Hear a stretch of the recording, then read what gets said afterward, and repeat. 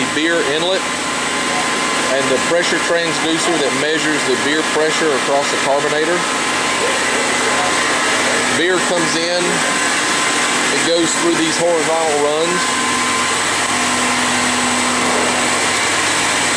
Inside each horizontal run are the static mixers. So the closer to the top where the beer comes in, there are more mixing elements.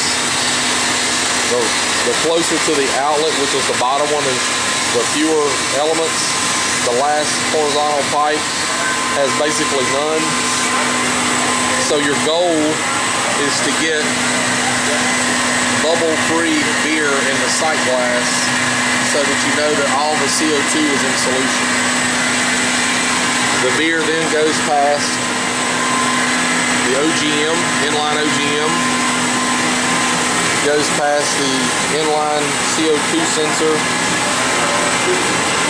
up to the back pressure control valve, and then out to the brewery. So the goal is to keep the back pressure control valve is to keep the pressure across the carbonator as steady as possible and the flow. So this installation is downstream of a centrifuge which controls the operation of the carbonator.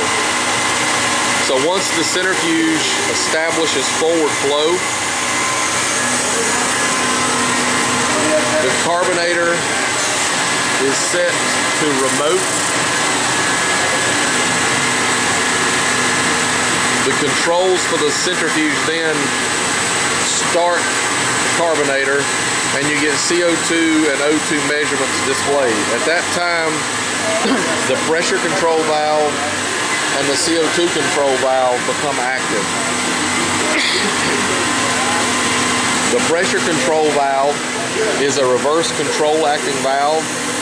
So when the pressure is lower than the set point, the valve closes to increase pressure across the valve. When the pressure is higher than the set point, the valve opens to relieve pressure. CO2 valve is the opposite. When the measured CO2 value is lower than the set point, the valve opens more to allow more CO2 in, and vice versa. If it's over the set point, it closes to lessen the CO2 flow into the system. So you have a CO2 supply, and it goes through a manual flow meter, across the CPM filters, through a non-return valve, into the dosing block. This diaphragm valve here, which is the top left one, will open when it's in measure mode, allows CO2 into the dosing block, allows the CO2 modulating valve to control the CO2.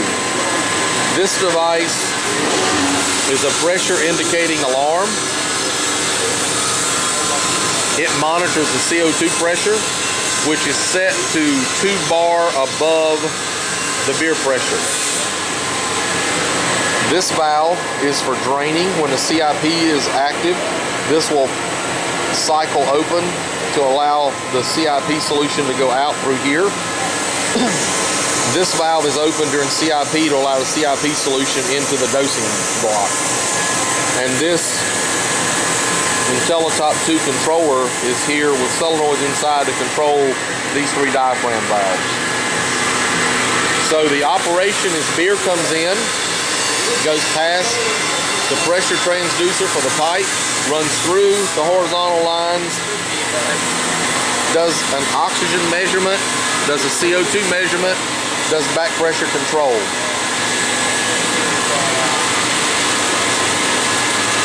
Right now, the centrifuge just did a discharge, so it put the machine into hold.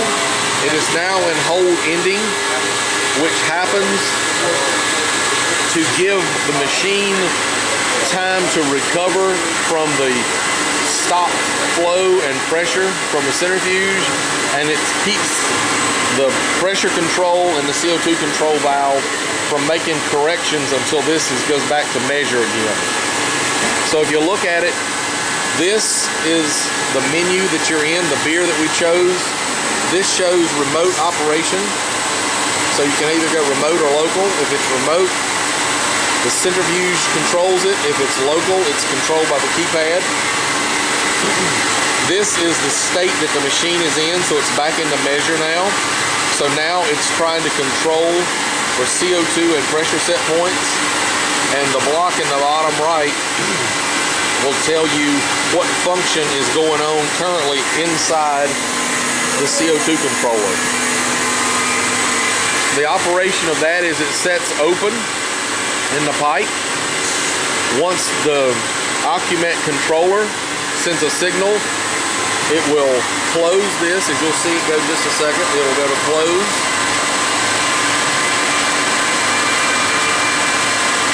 So the sample bell is now closed.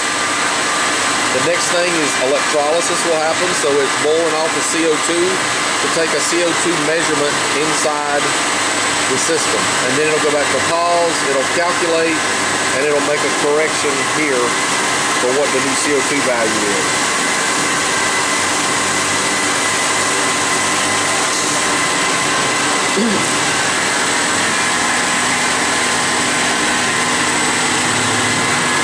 The pump was added by Rheingeist in this case. Haffmans do not supply this pump, but it's there to boost and maintain pressure from the centrifuge. Their automation controls it.